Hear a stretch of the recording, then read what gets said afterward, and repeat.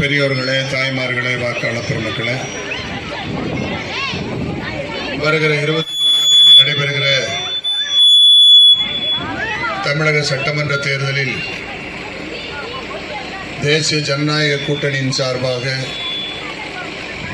மாண்புமிகு அண்ணன் எடப்பாடியாருடைய அன்பையும் ஆசையும் பெற்ற வேட்பாளராக போட்டியிடுகிற அன்பு சகோதரர் அண்ணன் ஓகே சின்னராஜ் அவர்களுக்கு நீங்கள் எல்லாம் இரட்டை சின்னத்திலே வாக்களித்து பெருவாரியான வாக்குகள் வித்தியாசத்திலே வெற்றியடை செய்ய வேண்டுமாய் அன்போடு கேட்டுக்கொள்வதற்காக இங்கே வர இருந்திருக்கிறோம்.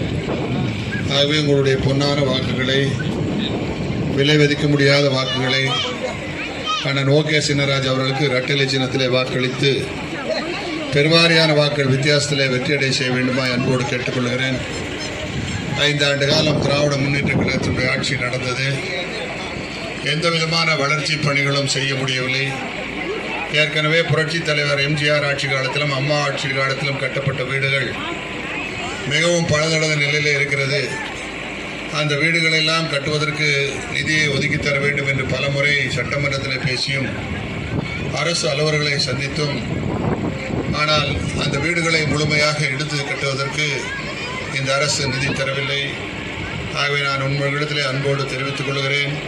மீண்டும் தமிழ்நாட்டினுடைய முதலமைச்சராக மாண்புமிகு அண்ணன் எடப்பாடியார் அவர்கள் பொறுப்பேற்கிற பொழுது நம்முடைய தொகுதியினுடைய சட்டமன்ற உறுப்பினராக உங்களுடைய பேர் ஆதரவை பெற்று அண்ணன் ஓகே சின்னராஜ் அவர்கள் வெற்றியடைகிற போது கண்டிப்பாக ஏற்கனவே இருக்கிற இந்த பழைய வீடுகளெல்லாம் இடித்துவிட்டு புதிய காங்கிரீட் வீடுகள், அம்மா வீடு கட்டும் திட்டம் என்ற திட்டத்தை நம்முடைய பொதுச் செயலாளர் அண்ணன் எடப்பாடியார் அவர்கள் தேர்தல் அறிக்கையிலே அறிவித்திருக்கிறார்.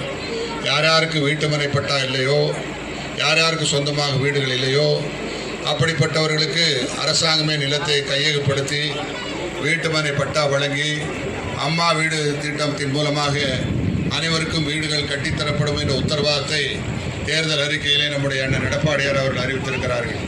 அதே போல இன்றைக்கு தேர்தல் அறிக்கையிலே ஒவ்வொரு குடும்பத்துக்கும் 10,000 ரூபாய் நிதி வழங்குவதாக அறிவித்திருக்கிறார்கள். முதலமைச்சராக பொறுப்பேற்ற உடனே முதல் கையெழுத்து ஒவ்வொரு ரேஷன் கார்டுகளுக்கும் அவரவர் வங்கி கணக்கில் ரூபாய் 10,000 வரவு வைக்கப்படும் என்பதை இந்த நேரத்தில் தெரிவித்துக் கொள்கிறேன். ஒவ்வொரு குடும்பத்துக்கும் 3 கேஸ் சிலிண்டர் இலவசமாக வழங்கப்படும் என்று அறிவித்திருக்கிறார்கள். இதற்கு மேலாக நம்முடைய புரட்சி தலைவி அம்மா அவர்கள் ஒவ்வொரு குடும்பத்துக்கும் ஃபேன், கிரைண்டர், மிக்சி எல்லாம் வழங்கினார்கள். உங்களுடைய வேலை பளுவை குறைப்பதற்காக நம்முடைய புரட்சி தலைவி அம்மா அவர்கள் பணக்கார வீட்டில் இருக்கிற ஃபேன், கிரைண்டர், மிக்சி எல்லாம் உங்களுக்கு வழங்கப்பட்டது.